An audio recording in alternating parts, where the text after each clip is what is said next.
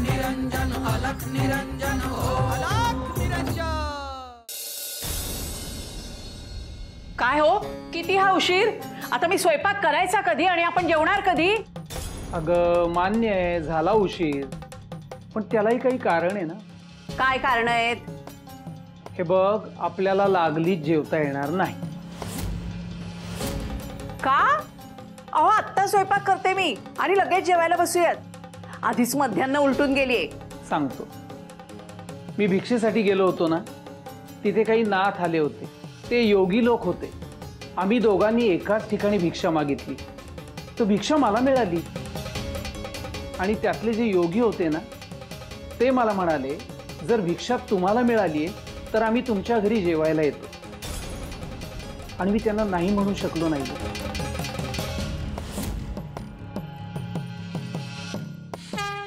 अहो आधीच भिक्षा मिळाली ही एवढीशीच, त्यात किती जणांना जेवायला घालणार? अगं फक्त 4 योगी लोक आहेत। अहो डोकं ठिकाणावर आहे का तुमचं? अहो एवढ्या लोकांचं जेवण कसं होईल यातून? ते मला काही ठाऊक नाही, तुला जेवढं जमेल तेवढं तू कर, बाकी वैष्णवी देवी बघून घे। वैष्णवी देवी काय बघून घेणार आहे यात? आणि मग मी कधी जेवायचं?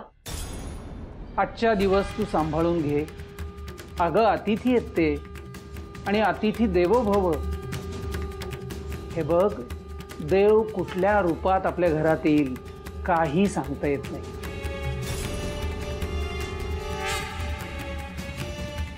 काय हो तुम्ही, संसारात माझं ना अगदी वाटोळ करून ठेवले। ना धड अंगावर घालायला वस्त्र, ना धड अन्न आहे, ना धड डोक्यावर छप्पर, आणि आणखीन आता उपाशी ठेवताय मला तुम्ही। गेल्या जन्मी काय पाप केलं होतं कोणास ठाऊक।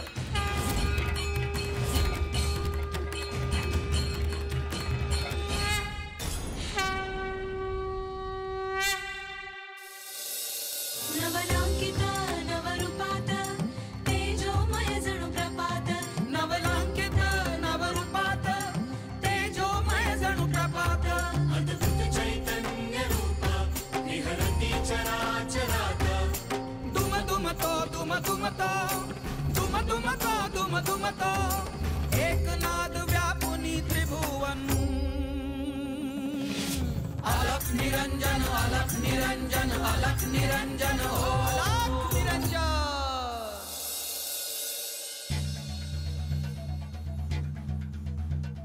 हे बघा, ही जी काही तुम्ही भिक्षा आणलीत ना, या जेवढं बनेल तेवढंच मी बनवणार, आणि मी उपाशी राहणार नाही। आणि हे बघा, जे काही बनेल ना त्यातलं अर्ध तुम्हाला आणि अर्ध मला। आता जे काही योगी येणार आहेत ना, त्यांचं काय करायचं ते तुम्हीच बघा। आणि काय हो, कशाला बोलवलं तुम्ही त्या योगींना? तुम्हाला त्यांना तिथल्या तिथे सांगता आलं नाही की जमणार नाही म्हणून? अगं अतिथी घरी येणार म्हणजे परमेश्वरच घरी येणार ना। हो का? मग तुमच्या त्या परमेश्वरीलाच सांगा। आता तीच एक आधार आहे अशा वेळी। झालं यांचं सुरू।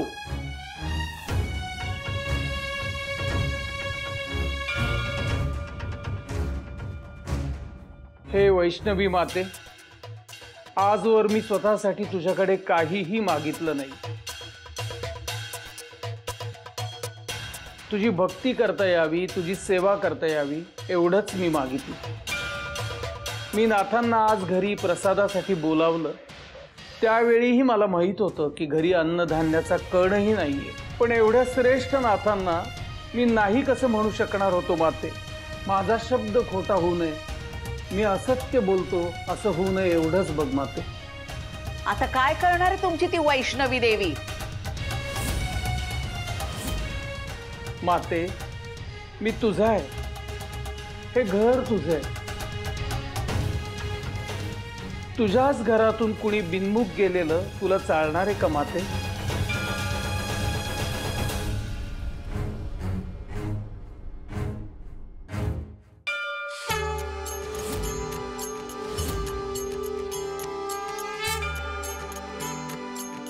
माते, हा मी शुभ संकेत समजतो माते। आदेश अलख निरंजन.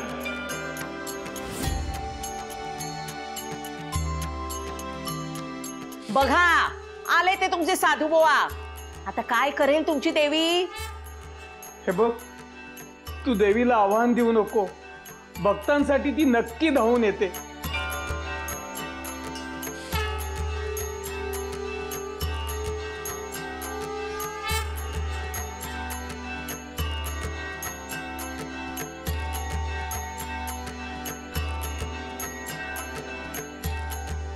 केशवराव, ठरल्याप्रमाणे भोजनासाठी आलो आहोत आम्ही. आपणा सर्वांचं या गरिबाच्या घरामध्ये खूप स्वागत आहे. केशवराव, भोजनाची तयारी कुठपर्यंत झाली? वैष्णवी देवीच्या कृपेने भोजनाची पूर्वतयारी सुरू आहे. तुम्ही एवढा देवीचं नाव घेत आहे, लवकर वाढा बघा, लय भूक लागली आहे. होय, आपणा सर्वांची क्षमा मागून एक विनंती करायची होती. निसंकोच सांगा. या गरिबाचं घर खूप लहान आहे. आपणा सगळ्यांना बसण्यासाठी पुरेशी जागा नाही. मी आपल्याला बाहेर अंगणात आसन टाकून देतो. आपण अंगणात आसन ग्रहण कराल काय?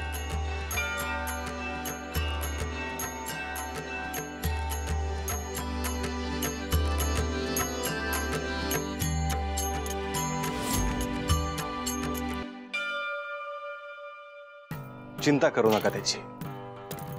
आम्ही इथे बसू अंगणात. या, अन्न घेऊन या तुम्ही. खूप उपकार झाले. मला खूप काळजी होती, आपला अवमान तर होणार नाही ना. धन्यवाद, मी आलोच.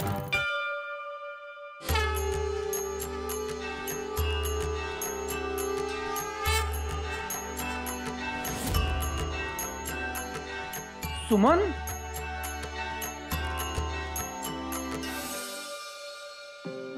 वैष्णवी देवीच्या कृपेने आज आपली सेवा घडत आहे. काही उणीव असल्यास क्षमा करावी. आपण भोजनास सुरुवात करावी.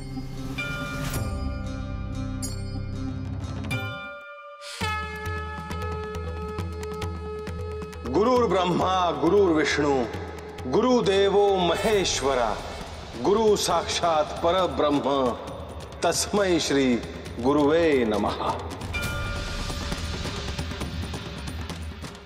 हे श्री महादेव, हे श्री जगत जननी, हे श्री दत्त महाराज,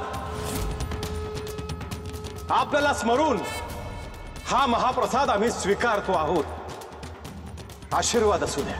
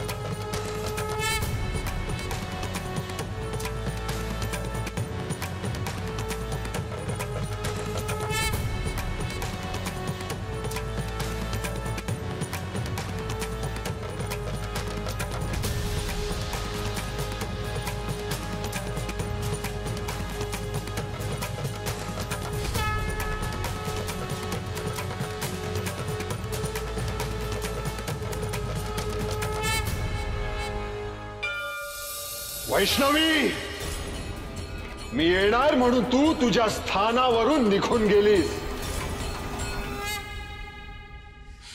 पण मी तुला शोधल्याशिवाय शांत बसणार नाही.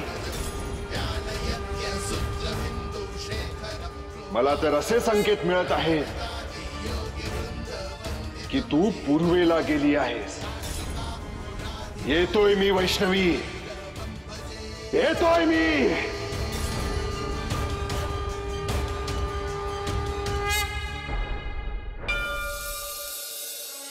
गुरुदेव, मला जे ध्यानात आलं तेच तुम्हालाही समजलं का? होय, मला केशवरावांच्या घरात देवीचं अस्तित्व जाणवलं. वैष्णवी देवी. होय, वैष्णवी देवीच. तिची कृपा होती म्हणून आज आपण सगळे भोजन करू शकलो.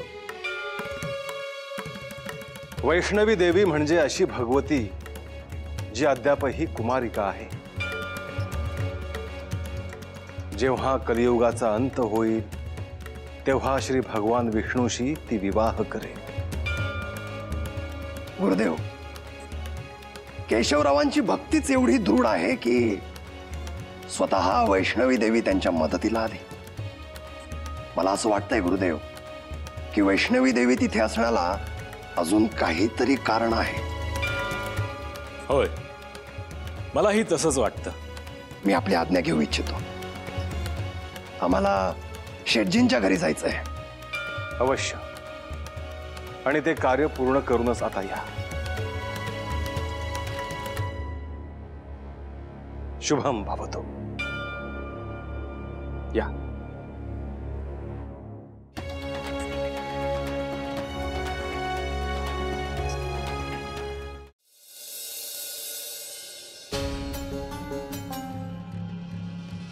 अहो अहो अहो जागे व्हा. बापू उठा, इकडे कोणी नाहीये. अहो उठा हो, महत्वाचं बोलायचं आहे.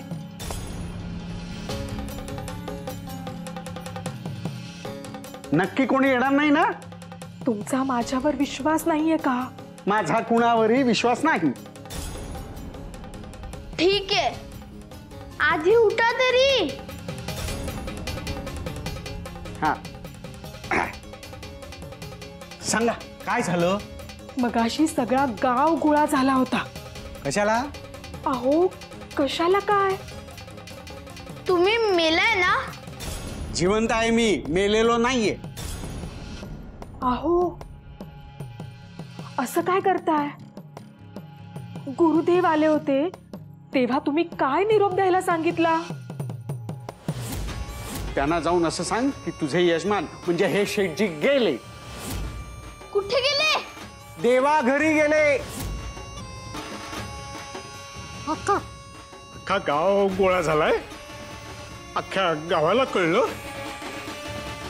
गुरुदेवाने सांगितलं सगळ्यांना. मीच स्टार्ट आणि लाटणं दिलं. कशाला? वाजवून सांगायला.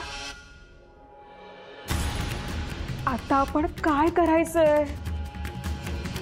एका मुद्रेसाठी त्या दोन साधूंनी केवढा मोठा गोंधळ घालून ठेवलाय. अहो त्यांनी काय गोंधळ घातला?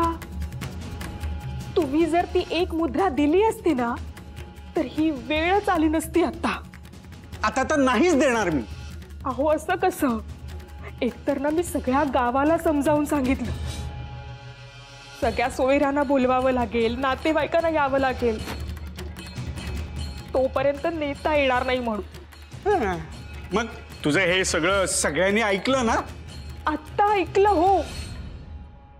आता सकाळी सगळा गाव गोळा झाल्यावर काय करणार आहोत आपण? अख्खी रात्र आहे आपल्या हातात. दमून मागून निघून जातील तुझे ते गुरुदेव. गप्पा मारत बसले ते बाहेर. वाह.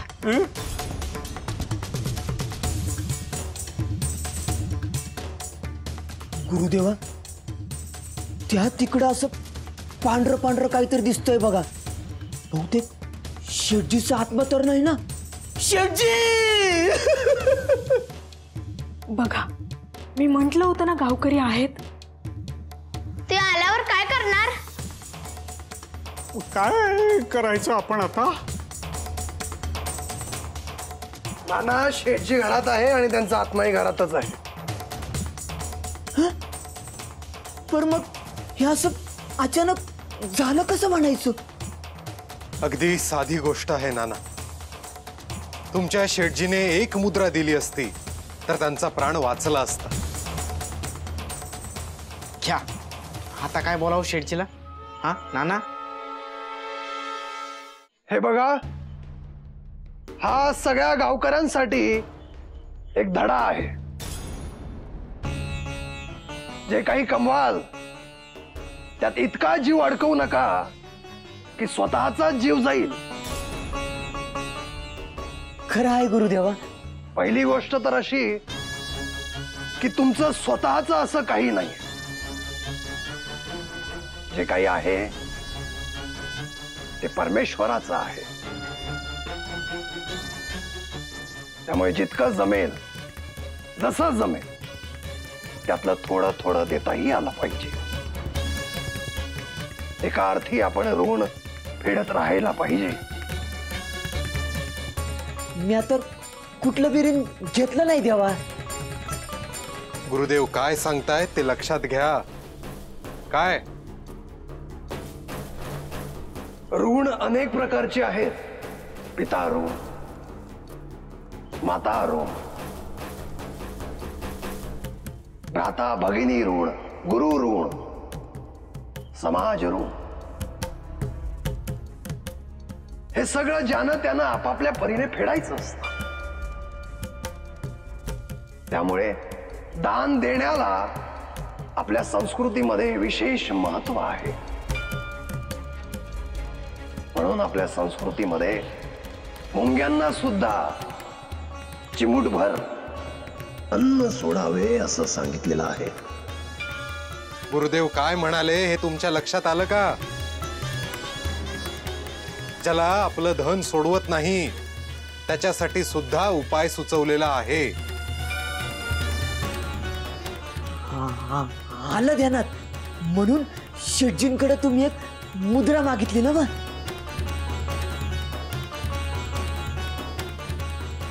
अगदी बरोबर ओळखलास ना.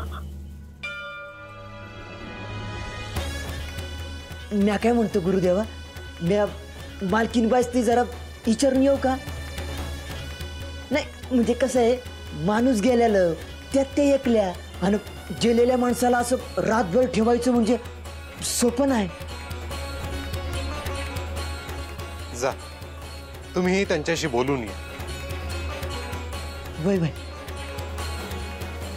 शेटजी.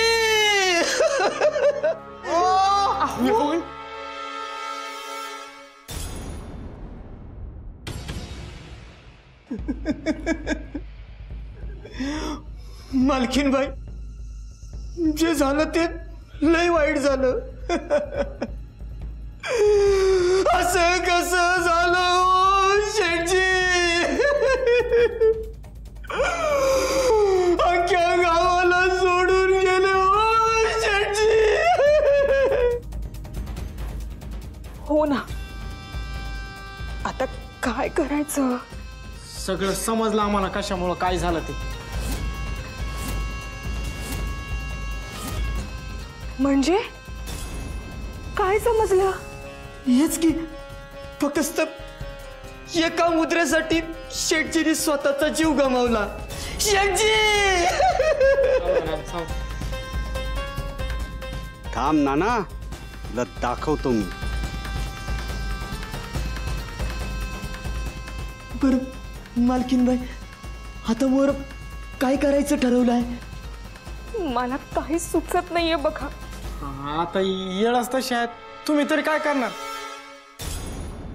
पर काळजी करू नका मालकीनबाई, शेटजीचं समजा कार्य आम्ही पार पाडू. नाना, अरे वैरी आहेस की काय माझा? नाना नाना सावरा, सकाळ होईपतर सगळी तयारी करून ठेवतो बघा. दिस उजाडला की घेऊन जातो आम्ही शेटजीसनी. हा, तू मला घेऊन जाणार काय? मला जिवंत होऊ दे, मग तुझ्याकडे बघतो मी. बरं, हा आम्ही हाय बाहेर. काही लागलं सवरलं तर हाक मारा. हा, आणि हो ते शेटजीच्या डोक्यावर पण ते ठेवा. माणूस गेल्यावर तशी रीतभात असते. भक्ताने कितीही कळा दाखवल्या तरी नाथांसमोर काही चालत नसतं. शेटजी, उद्या सकाळी काय होतंय बघा.